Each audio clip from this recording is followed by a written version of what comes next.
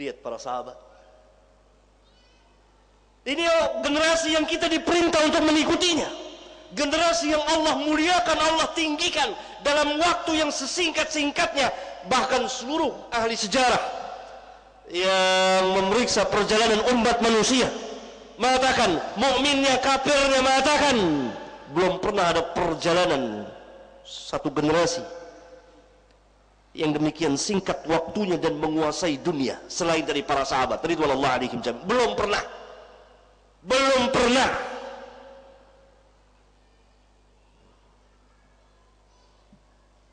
Ya, para sahabat. Ada yang lebih memuliakan para nabi selain dari para sahabat? Enggak ada.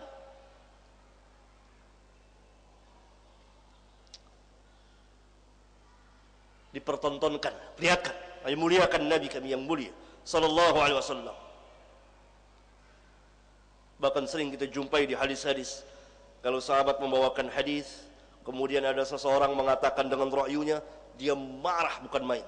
Saya bilang ini dari Nabi sallallahu alaihi wasallam, kamu bilang dengan ra'yumu. Enggak boleh itu. Paling pantang. Tahu paling pantang? Itu orang Jakarta pinggiran. Enggak boleh. Para sahabat enggak boleh dilawan. Kalau dia membawakan hadis enggak boleh dilawan dengan ra'yu. Boleh lawan. Enggak boleh dilawan. Kalau tidak akibatnya enggak ditanya seumur hidup orang itu. Saking demikian membesarkan Nabi yang mulia sallallahu alaihi wasallam. Ini perjalanan luar biasa. Maka dari sini kita mengetahui apa hikmah Nabi yang mulia sallallahu alaihi wasallam mengeluarkan hadis, jangan kamu caci maki sahabatku. La tasubbu ashabi, la tasubbu ashabi. Kalau sekiranya salah seorang di antara kamu menginfakkan emas sebesar gunung Uhud, maka tidak akan mencapai derajat mereka satu mud pun setengah. Hadis ini kita bisa buktikan ada hikmah yang dalam dari ketaatan yang ikhlas dan kejujuran yang luar biasa, dan merendahkan diri di hadapan Rabbul Alamin, tidak mensucikan dirinya. Mereka tahu mereka orang-orang dosa.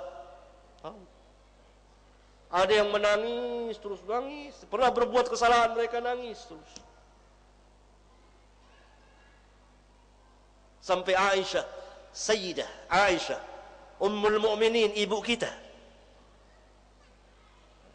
radhiyallahu ta'ala anha, menyesali perjalanannya. Padahal itu untuk mendamaikan antara Talha dengan Ali, sekedar untuk mendamaikan. Dia keluar, dia menyesal, menangis terus di rumahnya, menangis.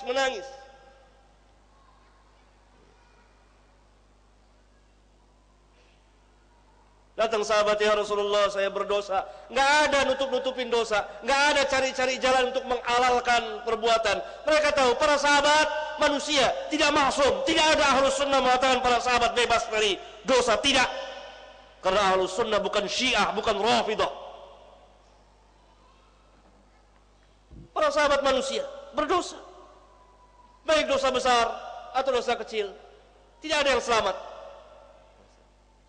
Tapi salah satu keistimewaan mereka iktiraf, pengakuan, kejujuran yang luar biasa. Seringkali kita jumpai, ya Rasulullah, saya telah berbuat ini, hukum saya. Antum pernah dengar kisah perempuan yang berzina datang pada Nabi yang mulia sallallahu alaihi wasallam, hukum saya ya Rasulullah. Lihat. Taubat kepada Allah tabaraka wa taala.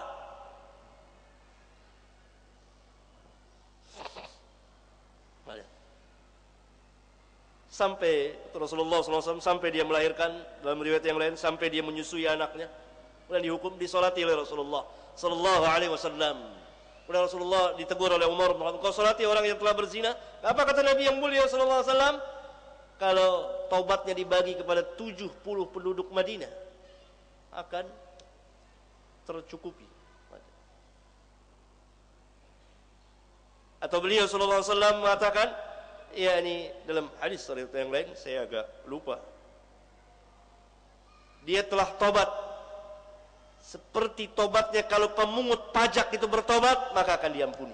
Yani sama. Ini menunjukkan besarnya dosanya pemungut pajak.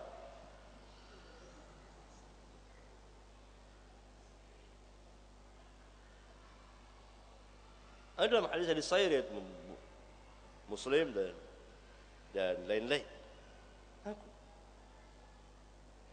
Mereka berdosa, tahu dosa, salah.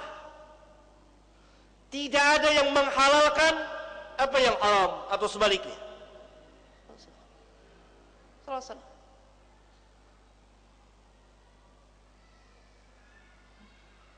Karena itu ahlus sunnah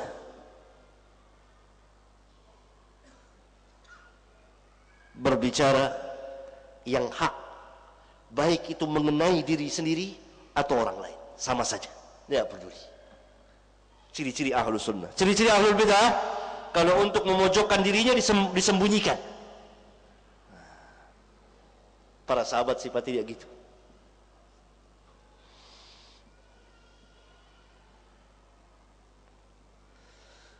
Yang ke-11,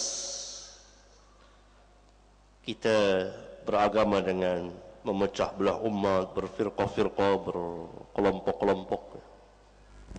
Kemudian yang ke-12, dakwah, tetapi dakwah yang sangat mengorbankan syariat. Saya berikan contoh misalnya ketika mereka dinasihati bahwa peringatan Maulid atau Isra Mi'raj adalah bid'ah besar, dengan sangat tangkasnya mereka menjawab, inilah kesempatan yang sangat baik atau momen yang tepat bagi kita untuk berdakwah. Para sahabat tidak demikian. Banyak kesempatan untuk berdakwah, tetapi tidak mengorbankan syariat. Dan yang ke-13, ingin menegakkan syariat Islam di negeri-negeri mereka dengan cara yang paling batil yang pernah ada dalam sejarah umat Islam. Ini banyak sekali. Ingin menegakkan syariat Islam, syariat harus tegak di negeri mereka, tetapi dengan cara yang batil. Banyak, berkelompok-kelompok.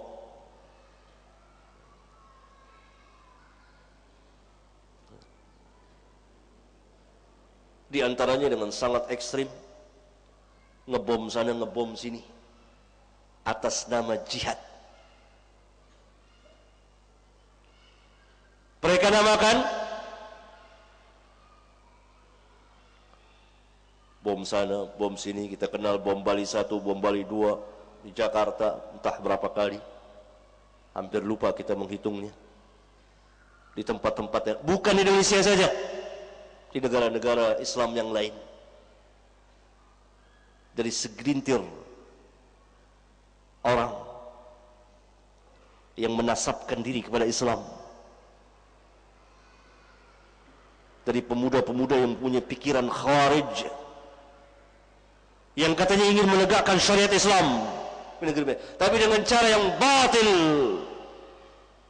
Mereka namakan jihad, tapi Allah menamakan fasadan fil ard, membuat kerusakan di muka bumi.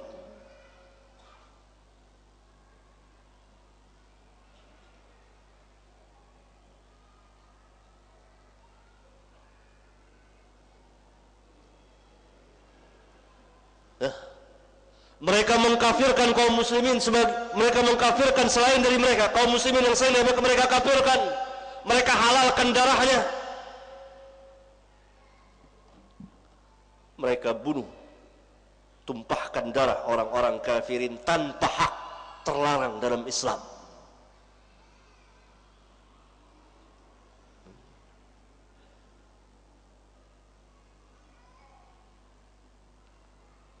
Terlarang, bahkan diancam dengan ancaman yang keras oleh Nabi yang mulia sallallahu alaihi wasallam. Man qatala nafsan mu'ahadan, boleh juga dibaca mu'ahidan, haknya fathah atau haknya kasrah, lam yarih rahi'atal jannah wa inna rihaha la yujadu fi masirati 40 aman. Ini hadis sahih, di antaranya dikeluarkan oleh Imam Al-Bukhari. Hadis ini jarang didengar. Yang artinya, barang siapa membunuh satu jiwa, muahad atau muahid, yakni orang kafir yang terikat perjanjian, yang telah ada ikatan perjanjian dengan kaum muslimin. Ada 3 golongan orang-orang kafir yang terikat perjanjian dengan kaum muslimin, yang tidak boleh ditumpahkan darahnya, apalagi dibunuh, diambil hartanya, dirusak kehormatannya, tidak boleh. 3. Yang pertama, orang kafir yang masuk ke negeri Islam, ke negeri kaum muslimin atas jaminan kaum muslimin, diberi keamanan. Saya jamin, datanglah ke negeri saya undang. Ada urusan dagang atau urusan apa, datang ke negeri saya yang jamin. Misalnya saya seorang menjamin orang kafir di luar Islam untuk datang, orang kafir datang ke Indonesia ini, saya jamin. Oh, Pak Ustadz, dia bilang, Pak Ustadz, di negeri saudara banyak jadi bom, saya jamin, insya Allah nggak diganggu. Maka jaminan saya ini harus dipegang oleh 200 juta penduduk Indonesia, karena janji seorang muslim, janji seluruh kaum muslimin. Maka si kafir yang satu ini datang ke Indonesia harus diberi keamanan. Karena apa? Adanya jaminan dari saya.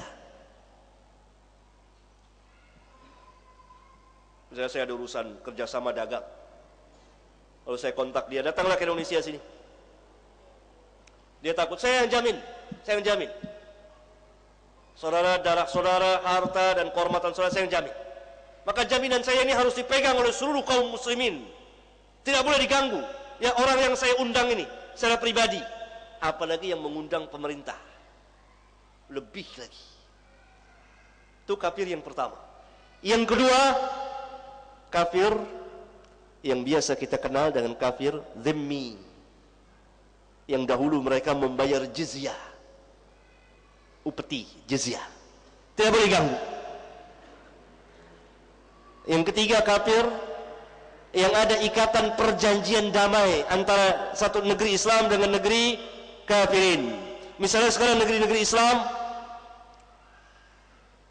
yang ada di Indonesia, Malaysia, di Timur Tengah, di Pakistan, lain-lain negeri-negeri Islam telah mengadakan perdamaian dengan negeri-negeri kafir atau sebagian dari mereka, ya, saling memberi keamanan satu dengan yang lainnya. Apabila masuk masing-masing datang ke negeri mereka, kita datang ke sana, mereka datang ke sini, ini wajib dipelihara, tidak boleh dilanggar. Dan ini terkena hadis, man qatala nafsan mu'ahadan. Perhatikan baik-baik sabda Nabi yang mulia, barang siapa yang membunuh seorang jiwa saja, jiwa kafir di sini yang dimaksud orang kafir, bukan orang mukmin. Orang kafir ini yang ingkar kepada Allah dan Rasulnya, yang diancam kekal dalam api neraka Jahannam. Tapi agama Islam ini tegak dengan keadilan, bukan dengan kezaliman. Kita harus menegakkan keadilan dan harus dengan syariat, bukan dengan perasaan dan memutuskan hukum. Beragama dengan perasaan salah, batil, mengikuti hawa nafsu, bermodalkan keberanian, semangat, jihad. Apa itu betul jihad? Man qatala nafsan mu'ahadan lam yarih raihatal jannah, tidak akan mencium bau surga. Kalau dia muslim, maka dia tidak akan merasakan mencium bau surga pada kali yang pertama. Maksudnya dia terancam neraka, walaupun tidak kekal di neraka, dan nanti akan dimasukkan ke dalam jannah kalau dia muslim dan masih memiliki keimanan seberat biji dzarrah. Karena menurut i'tiqad, keyakinan ahlus sunnah wal jamaah, orang muslim yang mati membawa dosa besar, dia tidak kafir, dia tidak keluar dari Islam dan tidak kekal di neraka, tapi dia akan diazab sesuai dengan apa yang Allah kehendaki. Kalau Allah mau ampunkan, Allah ampunkan. Kalau Allah mau azab, Allah azab. Lam yarah raihatal jannah Wa inna rihaha, dan sesungguhnya bau surga itu la yujadu fi masirati 40 aman, dapat tercium dari perjalanan sejauh 40 tahun. Lihat, Nabi katakan mereka membunuh, mereka katakan mereka berjihad.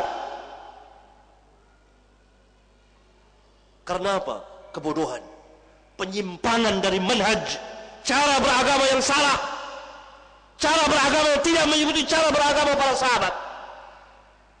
Akhirnya mereka membunuh orang-orang kafir, bukan hanya 1-2 orang kafir yang telah mendapat jaminan keamanan dari kaum muslimin, dari pemerintah, baik di Indonesia, di Malaysia, di Yordan, di mana-mana, di Saudi Arabia. Orang-orang kafir itu telah dijamin kalau datang ke sini, kalau di Saudi Arabia boleh masuk selain dari kota Mekah dan kota Madinah. Kalau di Indonesia ini bebas dijamin, kecuali mereka mengadakan pelanggaran, maka dikenakan sanksi. Karena itu tanpa hak.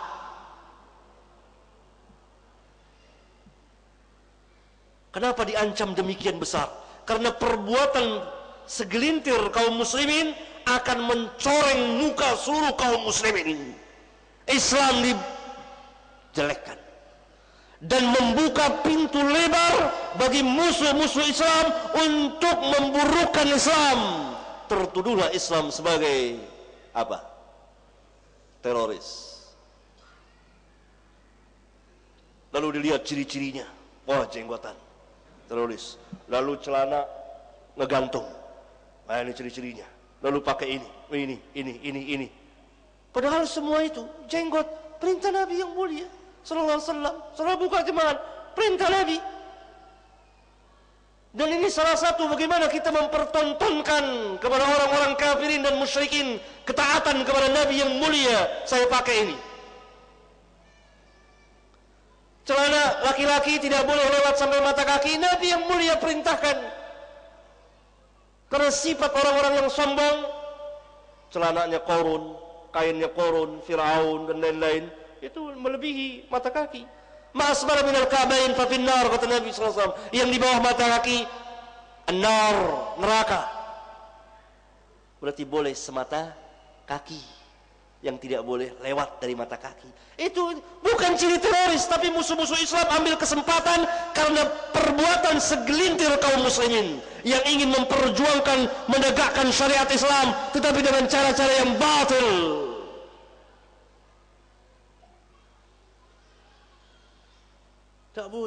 Tidak boleh membunuh jiwa kafirin yang salah satu di antara 3 tadi tanpa hak, yang telah dijamin keamanannya, yang telah membayar jizyah, kafir dhimmi, yaitu yang tinggal di negeri kaum muslimin.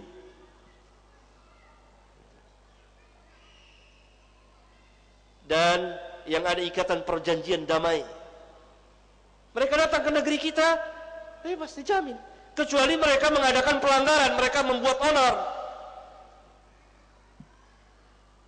Kan ada sanksi. Tidak boleh. Dan itu sangat memalukan. Karena itu diancam mereka dengan ancaman yang sangat berat. Hati-hati pemuda-pemuda yang ikut-ikut ajaran-ajaran yang seperti itu. Karena itu kita kaum muslim secara keseluruhan, saya katakan pemuda karena seringkali pemuda dipengaruhi semangatnya sedang tinggi, tapi bodoh.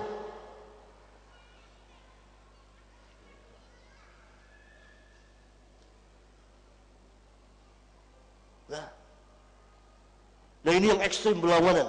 Ada yang lawan lagi, sangat mengurangi hak, mengatakan semua agama sama, seperti kelompok para Madinah, Jil dan lain-lain, bertolak belakang. Dua-duanya batil, dua-duanya sesat.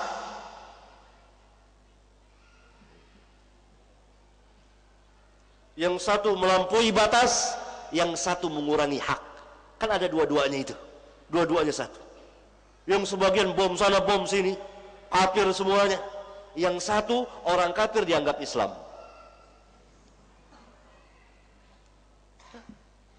Perkawinan beda agama, perempuannya muslimah, lakinya non muslim, boleh.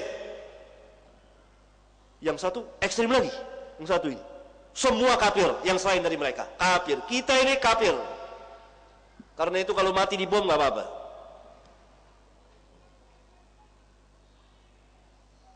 Lihat, man qatala nafsan mu'ahadan.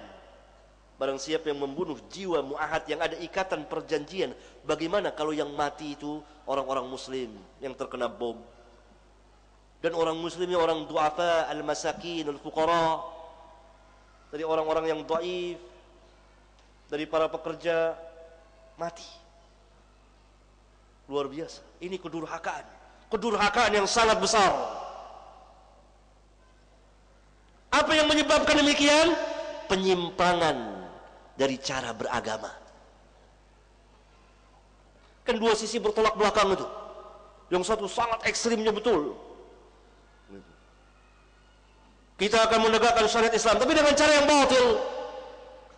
Ini terbit dari orang-orang pergerakan. Pergerakan itu banyak sekali. Yang satu lagi mengurangi hak.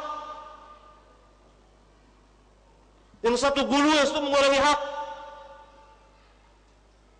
Bertolak belakang. Mereka ini saling laknat, saling memusuhi satu dengan yang lain. Antara kelompok ini dengan kelompok para Madinah dengan Jil.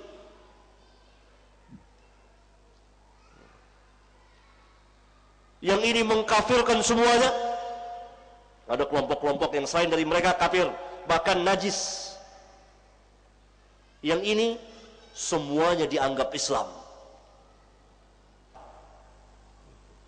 Kemudian bab yang ke-7 halaman 59 dan seterusnya saya syarahkan, jelaskan tentang kaidah law kana khairan lasabaquna ilaihi.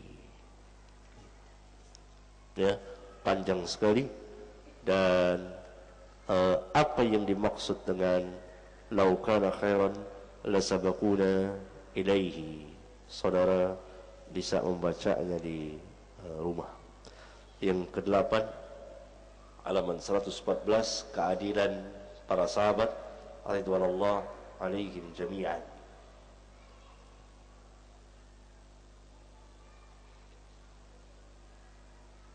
Para sahabat semuanya disifatkan dengan udul adil. Ya.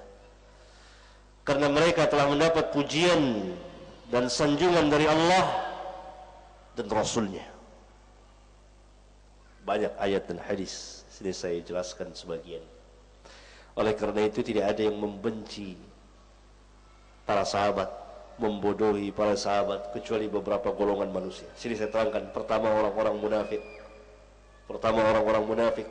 Mereka mengatakan, wa idza qila lahum aminu kama amana an-nas qalu anu'minu kama amana as-sufaha ala innahum humus sufaha walakin la ya'lamun. Lihat orang-orang munafik, ketika diperintah kepada mereka untuk beriman sebagaimana keimanannya manusia, mereka berkata, patutkah kami beriman sebagaimana keimanannya orang-orang yang bodoh? Sebagaimana orang-orang yang bodoh telah beriman. Siapa yang mereka maksud dengan sufaha kalau bukan para sahabat?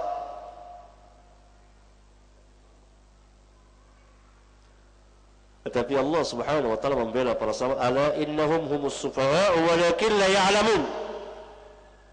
Ketahuilah, sesungguhnya mereka itulah yang sufaha, akan tetapi mereka tidak tahu. Berarti para sahabat bukan sufaha, para sahabat berilmu, para sahabat cerdik dan seterusnya.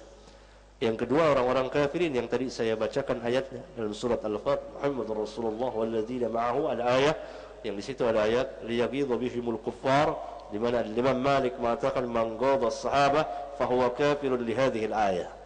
Yang ketiga adalah golongan Rafidah Syiah yang demikian sangat dendam dan benci kepada para sahabat ridwanullah alaihim jami'an. Yang kesembilan, pada hakikatnya yakni halaman 122, manhaj sahabat adalah pemisah antara sunnah dengan bid'ah. Kenapa demikian? Karena orang yang paling alim terhadap sunnah, paling tahu terhadap sunnah Nabi, dan paling mengamalkan sunnah dan yang mendakwakan sunnah adalah para sahabat sebelum orang lain. Karena itu mau lihat sunnah, lihat perbuatan para sahabat ridwanullah alaihim jami'an. Karena Nabi yang mulia sallallahu alaihi wasallam memerintahkan kepada para sahabat untuk menyampaikan apa yang dari beliau. Balighu anni walau ayah, sampaikan dariku meskipun seayat saja. Liyuballighi syahidu minkumul ghaib. Hendaklah orang yang hadir di antara kamu menyampaikan kepada yang tidak hadir. Perintah Nabi kepada para sahabat ridwanullah alaihim jami'an untuk menyampaikan kepada manusia risalahnya, apa yang datang dari beliau. Liyuballighi syahidu minkumul ghaib. Hendaklah orang yang hadir di antara kamu pada hajjatul wada menyampaikan kepada yang tidak hadir. Bertebaran para sahabat, pertebaran mereka ke seluruh pelosok menyampaikan apa yang datang dari Rasul, karena mereka yang paling alim, paling tahu. Dan para tabi'in waktu itu apabila mendengar ada sahabat, mereka berbondong-bondong datang. Mereka duduk di halqa para sahabat mendengar hadis dari para sahabat. Kadang-kadang mereka mengikuti para sahabat berminggu, berbulan, bertahun. Dan sesama para sahabat pun saling meriwayatkan hadis. Ada seorang sahabat berjalan dari Madinah ke Syam, perjalanan 2 bulan lamanya. Untuk apa? Untuk mengambil, meriwayatkan satu hadis dari sahabat yang lain yang dia tidak dengar. Ibnu Abbas radhiyallahu taala anhuma datang mendatangi pembesar-pembesar sahabat untuk meriwayatkan hadis, dan begitu terus. Mereka paling alim tentang sunnah. Jangan bicara sunnah dengan sahabat. Sahabat paling alim tentang sunnah, paling tahu tentang sunnah, paling mengamalkan sunnah Nabi yang mulia sallallahu alaihi wasallam. Tidak tersembunyi bagi mereka mana yang sunnah dan mana yang bid'ah.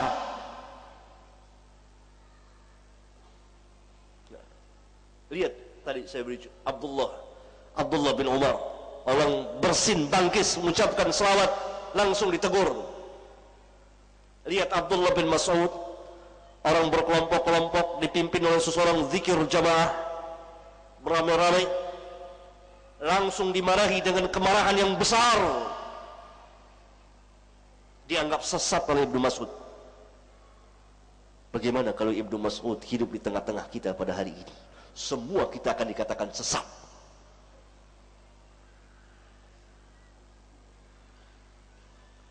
Dan contoh yang seperti ini bertebaran banyak sekali. Karena itu saya beri judul manhaj sahabat adalah pemisah antara sunnah dengan bid'ah.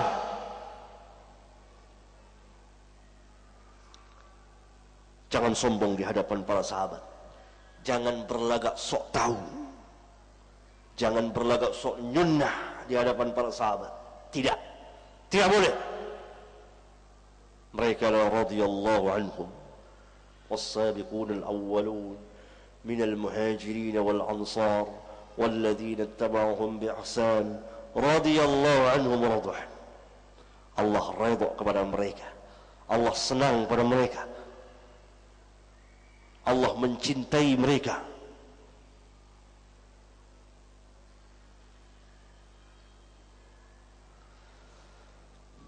Yang ke-10, saya berikan beberapa contoh kesesatan, dan banyak sekali sebetulnya yang menyalahi manhaj sahabat. Sayang kita dibatasi oleh waktu, maka saya cukupkan pembahasan sampai di sini sedikit, tetapi mudah-mudahan sangat bermanfaat bagi kita sekalian. Dan selanjutnya adalah kita akan bersoal jawab. Saya akan menjawab beberapa di antara pertanyaan yang saya sanggup menjawabnya atau saya rasa perlu dijawab.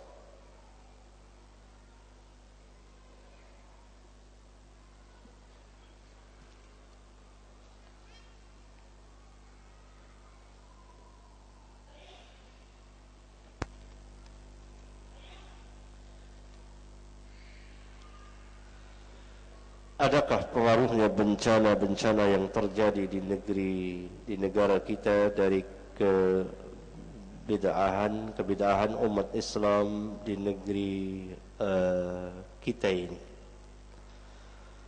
Bencana-bencana yang terjadi secara umum pada kaum muslimin di negeri-negeri kaum muslimin, imma ujian atau azab, disebabkan kita telah melalaikan apa yang Allah perintah kepada kita dan mengerjakan apa yang Allah larang. Yang tertinggi adalah at-tauhid, mentauhidkan Rabbul Alamin, di mana kita saksikan dengan mata kepala kita banyak sekali di antara kita, bahkan barangkali kita sebagai pelakunya, yang melakukan kesyirikan-kesyirikan sampai kepada tingkat kesyirikan yang besar, dari Sabang sampai Merauke.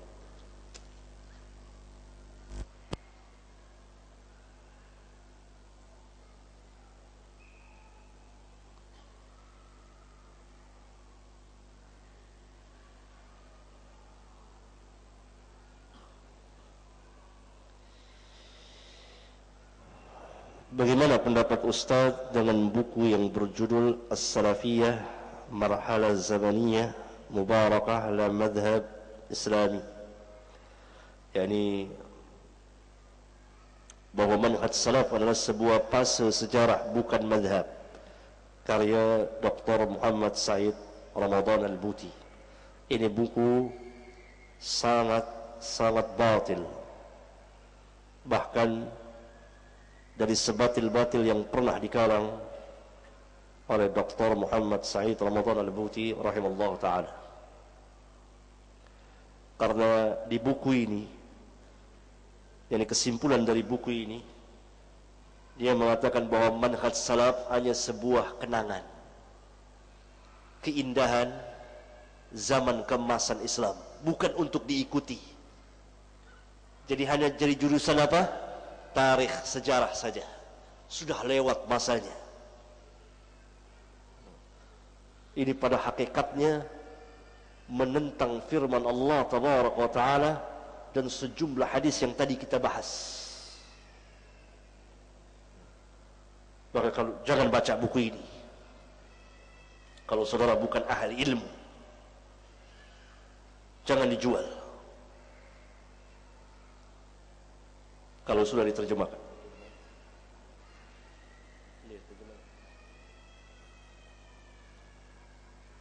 Ya, begitu.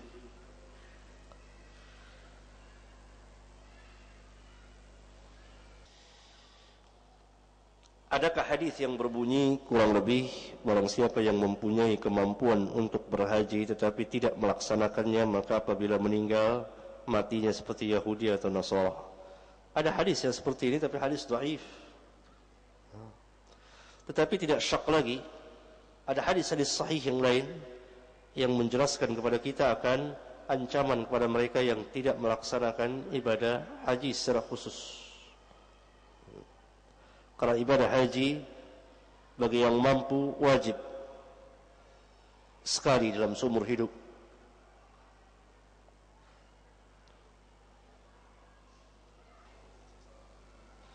Bagaimana hukumnya kuburan di sekitar masjid? Tidak boleh. Lalu bagaimana dengan kuburan Rasulullah SAW? Asal kuburan Rasulullah SAW adalah di luar masjid, di rumah Aisyah radhiyallahu taala anha, yang berdampingan dengan masjid. Kemudian ketika terjadi perluasan masjid, maka masuklah kubur beliau. Dan ini perbuatan telah ditentang oleh sebagian tabi'in ketika itu. Dan waktu itu tidak ada seorang pun sahabat yang hidup di Madinah, sudah mati. Dan masjid Nabi SAW tidak sama dengan masjid yang lain. Ada 3 buah masjid yang tidak sama. Yang pertama Masjidil Haram, yang kedua Masjid Nabawi, yang ketiga Masjid Aqsa. Maka itu tetap sah salat di situ. Bahkan bukan hanya sah, mempunyai keutamaan yang sangat besar, 1000 kali lipat dari salat di tempat di masjid yang lain. Selain itu seluruh masjid sama. Masjid ini dengan masjid yang di Demak yang katanya dibangun oleh wali sama, tidak ada perbedaan, tidak ada keutamaan, semua keutamaannya sama. Bahkan kalau ada kuburannya tidak boleh kita sholat di dalamnya. Apa hukumnya bom bunuh diri seperti di Palestina? Namanya juga bom bunuh diri, ya bunuh diri. Tidak ada bom syahid. Seperti juga terjadi di Indonesia. Kesian kalau itu dilakukan oleh sebagian pemuda muslim. Jahil, bodoh. Disebabkan ajaran-ajaran yang sesat ini, yang perlu diberi pengarahan, perlu diajarkan. Terlarang kita bunuh diri dalam keadaan apa saja. Tujuan apa saja, nggak boleh. Bunuh diri tetap bunuh diri. Wala taqtulu anfusakum. Jangan kamu bunuh diri kamu. Hatta dalam medan perang jihad, misalnya kaum muslim perang jihad melawan orang-orang kafirin, kemudian dia pasang bom di badan di situ, kemudian dia terjunkan dirinya ke tempat musuh, dia bunuh diri, terlarang, tidak boleh. Itu yang sesungguhnya jihad. Apalagi ini yang bukan jihad tapi kerusakan. Lihat, dia sudah bunuh diri, satu kesalahan besar, dan nanti akan diazab orang-orang yang bunuh diri itu, kata Nabi SAW, diazab sesuai dengan cara apa dia bunuh diri.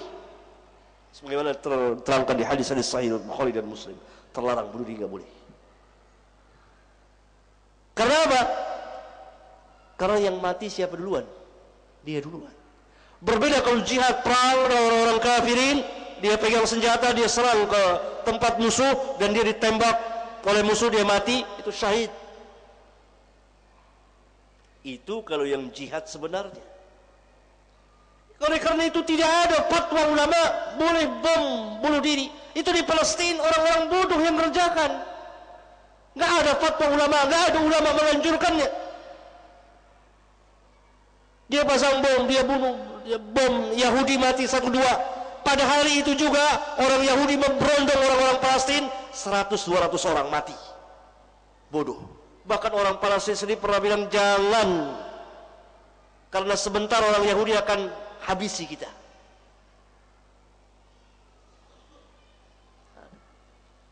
Lihat, bukan hanya laki-laki, kaum wanita pasang bom, ceburkan diri mati. Siapa yang fatwakan yang orang-orang sesat? Lalu masuklah musuh-musuh Islam yang menyamar dari kaum muslimin, memanas-manasi, berpakaian dengan pakaian Islam, berbahasa dengan bahasa Islam. Masuk mereka, masuk musuh-musuh Islam dari Yahud dan lain-lain,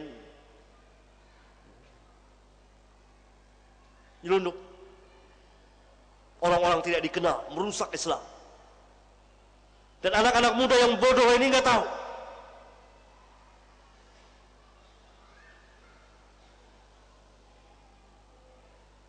Dia diajarkan begini-begini dan seterusnya.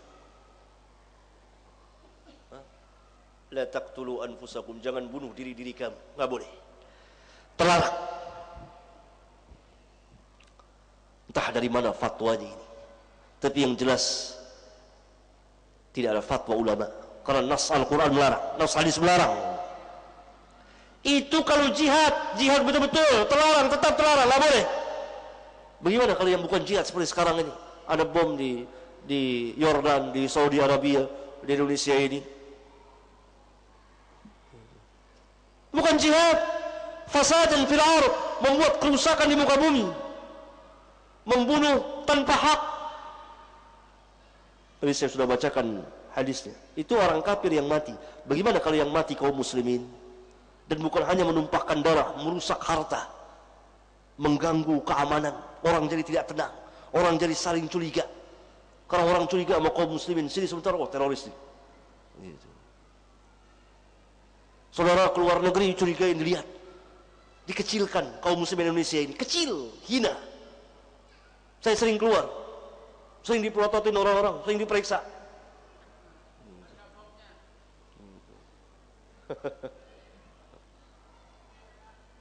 Ya, apa?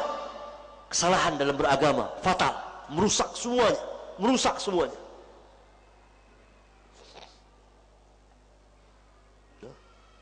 Nanti pengajian ta'lim dari curigai, semua orang curiga. Orang yang kuat taat kepada Allah dan Rasulnya, wah ini seperti kaumnya. Benar, mereka yang masih tidak taat kepada Allah dan Rasulnya.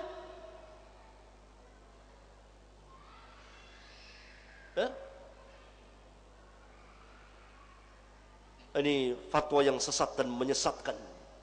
Nggak ada, tidak boleh. Tidak ada dalam Islam bom bunuh diri. Bom syahid, mereka katakan bom syahid kalau nggak salah, ya. Bom syahid. Nah, ada bom syahid. Yang syahid itu perang, jihad betul-betul dengan syurut yang memenuhi persyaratannya di bawah pimpinan imam. Dengan orang-orang kafirin, jihad perang. Menyerang musuh, mati, tembak, atau beri dia dibom, syahid, insyaallah ta'ala.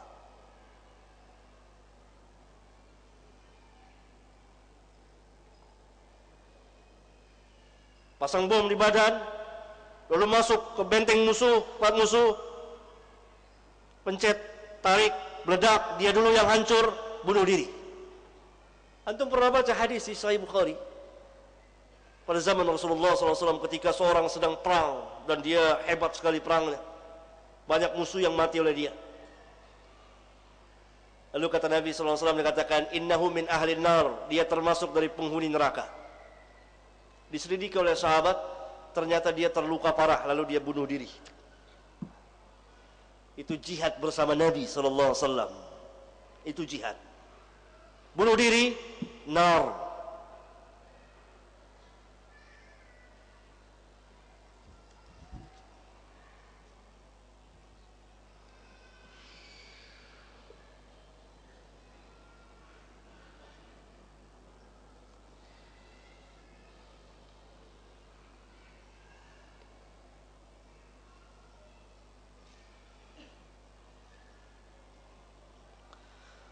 Doa-doa syar'i yang bagaimana yang diucapkan didahului dengan selawat Nabi SAW. Karena saya pernah baca isi buku Ustaz yang berjudul Sifat Selawat Nabi SAW.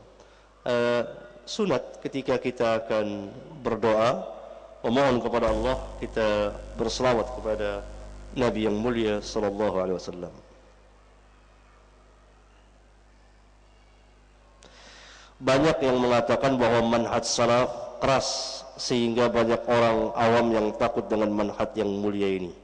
Apakah kita wajib mengatakan bahwa kita bermanhaj salaf apa nih? Banyak yang mengatakan bahwa manhaj salaf keras. Mungkin keras ngomongnya kali gini, lagi di ceramah begini harus keras. Kalau nggak keras, antum nggak dengar. Itunya keras, maka saya harus keras supaya antum dengar, antum paham, supaya antum jangan ngantuk. Ininya yang keras. Apa kerasnya? Ini tuduhan. Tuduhan. Pengaruh dari luar. Untuk agar kaum muslimin meninggalkan manhaj yang hak. Maka kalau muslim meninggalkan manhaj yang hak, maka akan terlihat meninggalkan manhaj salaf, bom di mana-mana. Pasti sudah terjadi kan? Karena manhajnya rusak. Timbul seperti para Madinah yang berlawanan yang dengan ini, seperti saya tadi terangkan. Sini mengkafirkan, sini semuanya muslim, semuanya Islam. Islam ada di mana saja. Bahkan terang-terangan itu. Salah satunya dulu pengikutnya Ulil Absar terang-terangan mengatakan Nabi Muhammad SAW perlu dikritisi. Ya subhanallah. Kalau Nabi boleh dikritik, bagaimana yang lain? Ini pemahaman sangat rusak, memurtadkan orang. Ini teror juga sebetulnya, teroris juga. Tapi dari sisi yang lain.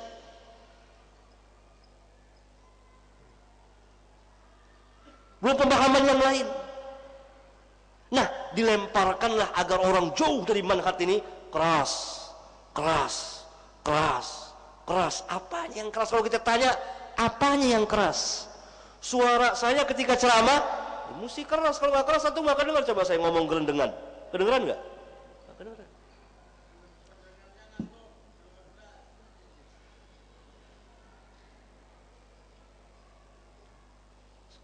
Apanya yang keras?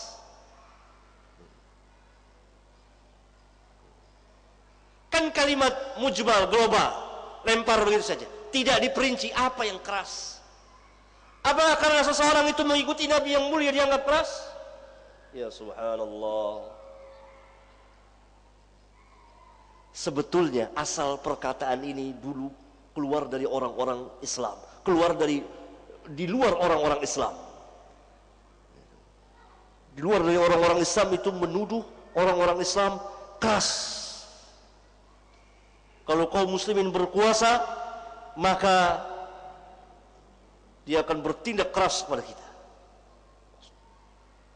Keras, ekstrim. Dulu kan Belanda waktu menjajah sini panggil kita apa? Ekstremis. Orang-orang keras. Itu dipakai itu. Itu dipakai oleh Belanda dulu. Supaya bangsa ini kaum muslimin semuanya tidak berjuang melawan Belanda. Begitu juga di Timur Tengah, Inggris itu lemparkan. Keras, syadid, kaku, ini, itu dipakai. Tuduhan-tuduhan terhadap pejuang-pejuang dulu itu dianggap keras dari pemimpinnya, dari pemimpin-pemimpinnya.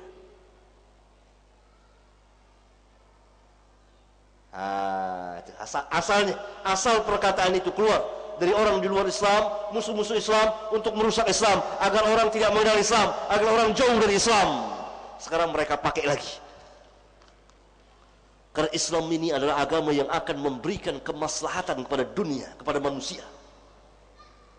Dan Islam kita kenal melalui Rasulullah SAW, dan itu didakwakan oleh para sahabat ridwanullah alaihim jami'an. Tidak dapat tidak, tanpa melalui cara beragama para sahabat, kita tidak kenal Islam dalam arti yang sebenarnya. Mustahil.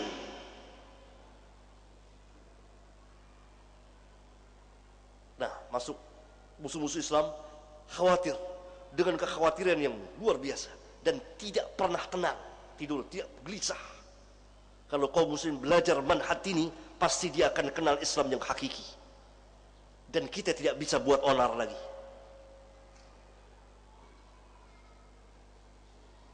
Islam yang penuh dengan kemudahan, Islam yang sangat indah, Islam yang memberikan kemaslahatan, Islam penuh dengan kelembutan. Islam tidak pernah mengajarkan membuat kerusakan. Satu pohon ditebang ditanyakan, untuk apa tebang pohon itu? Itu makhluk Allah, ada maslahat atau tidak? Bagaimana Islam memerintahkan untuk membuat kerusakan, membunuh manusia tanpa hak? Tanpa hak, ya. Karena pembunuhan dalam Islam dibolehkan, bahkan sebagian diwajibkan dengan hak, dengan kebenaran, atas dasar perintah dari Allah Tabaraka wa Ta'ala. Kalau duri di jalan atau kayu yang melintang di jalan yang menghalangi perjalanan manusia, diperintah oleh Islam untuk dihilangkan, disingkirkan, menghilangkan gangguan dari jalan kecil, termasuk bagian dari keimanan. Bagaimana mungkin Islam memerintahkan untuk mengebom sana ngebom sini tanpa hak? Mustahil, itu bukan Islam. Apa Islam yang demikian dikatakan keras? Wakil Islam manhaj salaf. Siapa yang mau melihat Islam, lihat manhaj salaf. Yang mau lihat Islam di luar dari manhaj salaf, dia tidak akan melihat Islam, tapi akan lihat contoh seperti yang ngebom salah, ngebom si, bom Bali 1, bom Bali 2 di Jakarta, atau yang seperti kelompok JIL, Jaringan Islam Liberal, para Madinah, dan lain-lain dan seterusnya. Lihat itu. Di luar, mereka semua di luar manhaj salaf, di luar manhaj para sahabat, akan terjadi seperti itu. Maka sudah saatnya sekarang kaum muslimin di negeri ini ar-ruju' ila al-kitab sunnah ala fahmi salafin as-salih. Rujuk kembali kepada Alkitab dan sunnah menurut pemahaman as-salafun as-salih.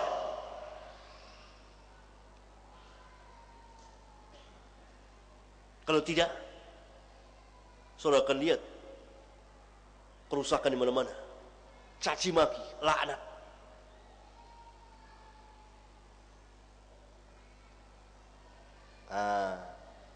Agar orang jauh dimasukkan. Ini asal perkataan dari orang-orang di luar Islam, kaum musyrikin, kafirin, orang-orang Yahudi, masuk, lempar, keras, keras.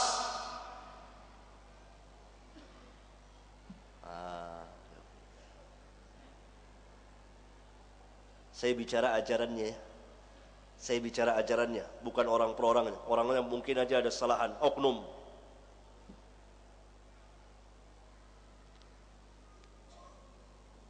Ajarannya, manhaj salaf.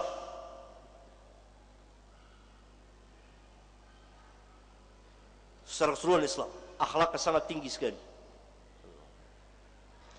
Banyak pertanyaan di antara kaum muslimin mengenai mengucapkan selamat Natal kepada orang-orang Nasara yang sekarang sedang merayakan hari Natal, boleh atau tidak? Kemudian mengucapkan selamat tahun baru, jawabnya tidak boleh, karena ini berkaitan dengan permasalahan peribadatan. Tidak boleh. Dan di sini saya berikan contohnya. Nggak boleh. Karena tasyabbuh antara Natal dengan tahun baru sama. Jangankan peringatan tahun baru yang sekarang ini. Nanti tahun baru Islam aja nggak diperingatin. Mana para sahabat yang langsung hijrah? Siapa yang hijrah? Kita? Enggak, kita belum ada. Para sahabat hijrah dari Mekah ke Madinah, dan mulai dari situ di kemudian hari oleh Umar bin Khattab ditetapkan sebagai tahun Islam Hijriyah, tanggal 1 tahun 1 Hijriyah. Tidak pernah memperingati tahun baru Islam, padahal mereka paling berhak. Jawab dengan kaidah ini, lau kana khairan lasabaquna ilaihi. Kenapa kita mau sok tahu, sok alim, sok memperjuangkan Islam lebih dari sahabat? Mereka yang telah berkorban diri, harta, kehormatan mereka untuk perjuangan Islam secara besar-besaran. Pernah sahabat memperingati tahun baru Islam? Enggak. Tidak ada peringatan-peringatan dalam Islam kecuali dua: Idul Adha, Idul Fitri, Idul Adha, dan nanti Idul Adha lebih besar dari Idul Fitri bersama Ayyamut Tasyrik, hari-hari Tasyrik 11, 12, 13 Dzulhijjah. Barangkali ini yang bisa saya bahas. Mungkin belum cukup puas, insyaallah di lain waktu kita bahas lagi. Subhanakallahumma wa bihamdika. Assalamualaikum warahmatullahi wabarakatuh.